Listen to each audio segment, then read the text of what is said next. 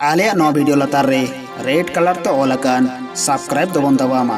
और ओना पांते रे ñeloग कान बेल आइकन जोटेद दो आलोबन हिडिंगमा चेदा से दिनम के वीडियो रना अपडेट नोटिफिकेशन चला सानाम खन माड़ांगते आपे को ठेन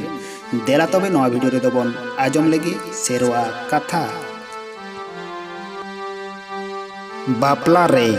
ना बहु जाय ओने दाग घाट रे तोपन लगी तेको इदिकिना उनरे उनकिन दो तोपन घाटर सागुन ठिली को उको एने हचोकिना ओनकान ऑक्तो रेना ओनका लेकाना नेमाचार इदी कते हापड़ाम को चेत को मेन हटो कदा नोआ गेबोन आजम लगी ओना दो हुयुक कना उनकिन ना बहु जावाय किन एन हिलोक खन आकिना हड़मो जीरे रीत बिरित रंग तारकाव हचो लगी दिशा काते हाने पाहिलो ठाकुर दो हास हासली चेड़ेकिन सिरजन काते उनकिन दो अगम दरिया दाग रे पायरा लगी ए आड़ा गोद कात किन ताहें आर केरमे ते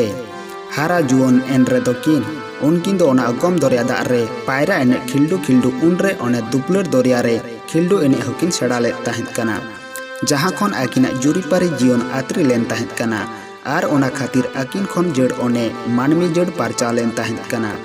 ओनकान दिशा काते गे खेरवाल जाति हड़ को दो नितो हो उनकिन हाले जुवन अकान किन हारा उमेर कोड़ा कुड़ी गिद्रा किन दो जुरी सिकड़ीते छांदा जोड़ाव काते गे आकिना ओना जुरी जुता जीवन दो केटेज टांबुज सही छांदा जोड़ा मा बाड़े ओना लगित गे बापला आरि तला रे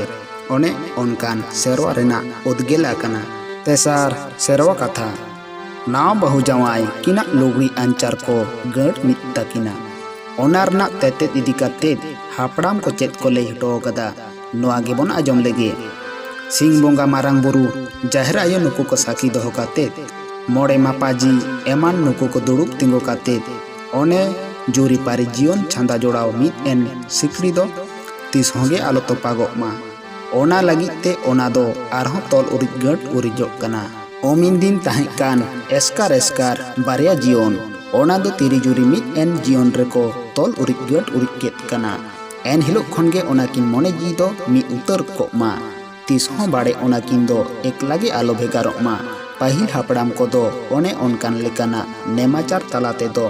ओना दिसगे को उदुग सदर हटो कदा पोनाना सेरवा कथा सेता रे बेरेत तोरा खेरवाल कोरेन तिल्ले हपन को दो ओड़ा छटकार को गुरिज मुडलिया चेदा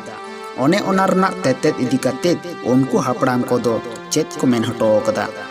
ओना दो लई गानोआ खेरवाल आयो हड़ कोआ दिनम रना मिटटांग नेमाचार मित घारोज रे उनी सिंह बोंगा ओने सागुने जाड़ीमा ओना दिशा काते गे ओनका लेकाना नेमाचार दो ओना घारोज रे जावगे सागुन दो जियड़ के ताहन मा बाड़े इतुत सिंदूर ऑक्तो ओडे मिटटांग भेंड्रा डर आर बांखान दात्रम मोचंग रे सुल्तो सेंगेल को जोला ओनका लेकाना नेमाचार दो चेदा हापड़ाम को ओना इदी काते चेत को लई हटो कदा हापड़ाम को कथा लेकाते उन ऑक्तो ना ओनका लेकाना नेमाचार रेना दिशा दो होयोग कना धरम साकी दोहय रेना सुल्त सेंगेल दो सिंह बोंगा आर सिंह बोंगा गे खेरवाल जाति हड़ कोई धरम कनाय उन उनी धरम साकी दो काते के इतुत सिंदूर कामी दो चिकड़ोआ।